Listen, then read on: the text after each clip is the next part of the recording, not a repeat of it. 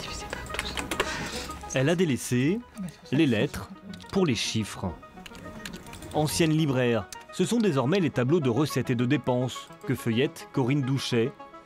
Actuellement en alternance, elle s'apprête à devenir assistante comptable.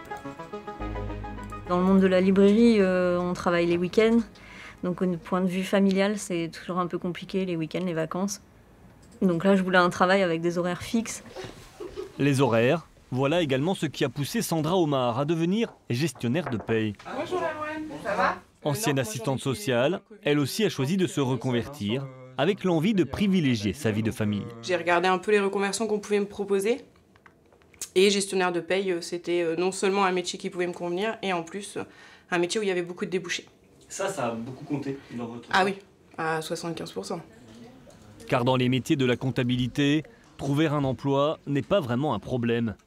À Caen, avec 350 salariés, le cabinet Fidorg a dû pousser les murs ces dernières années.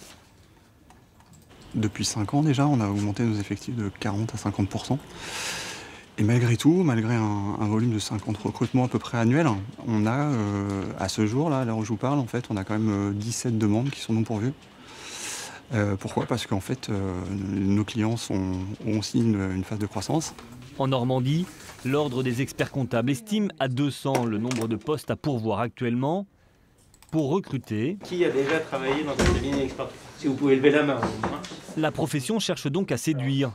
Ce jour-là, au lycée Sainte-Ursule de Caen, elle a dépêché 3 professionnels pour vendre ses métiers au terminal en bac gestion et administration. Pourquoi j'ai fait ce métier? Tout simplement parce que la compta c'est ma passion. Non, c'est pas tout à fait vrai. Historiquement, la comptabilité n'attire pas, alors la profession tente de changer son image. L'intérêt de notre métier, c'est d'être utile.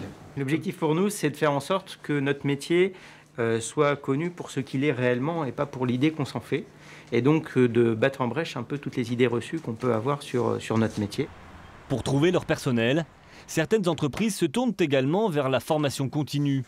À l'AFPA, ces étudiants en reconversion sont tous en contrat d'alternance avec le cabinet Fidorg, réorientés en comptabilité après bien souvent un bilan de compétences et une première carrière très éloignée du métier. J'étais responsable de magasin dans le prêt-à-porter. J'étais barman.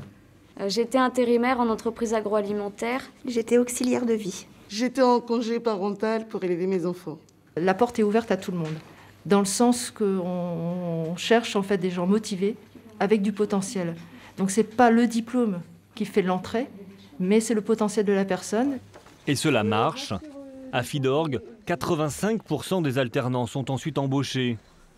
Mobilisés en permanence sur le recrutement, ça permet aussi de faire connaître le cabinet. L'entreprise cherche à séduire par tous les moyens. Et puis la diversité de nos métiers, quoi. On a un certain nombre de sujets autour de la qualité de vie au travail, donc sur la flexibilité du temps de travail, sur l'accord qu'on est en train de finaliser sur le télétravail. Si on regarde, on a également une conciergerie d'entreprise, on a 10 places de berceau en crèche. Car la concurrence est rude entre entreprises. Alors qu'elle n'a pas encore terminé sa formation, Corinne Douchet a déjà été contactée par certains recruteurs.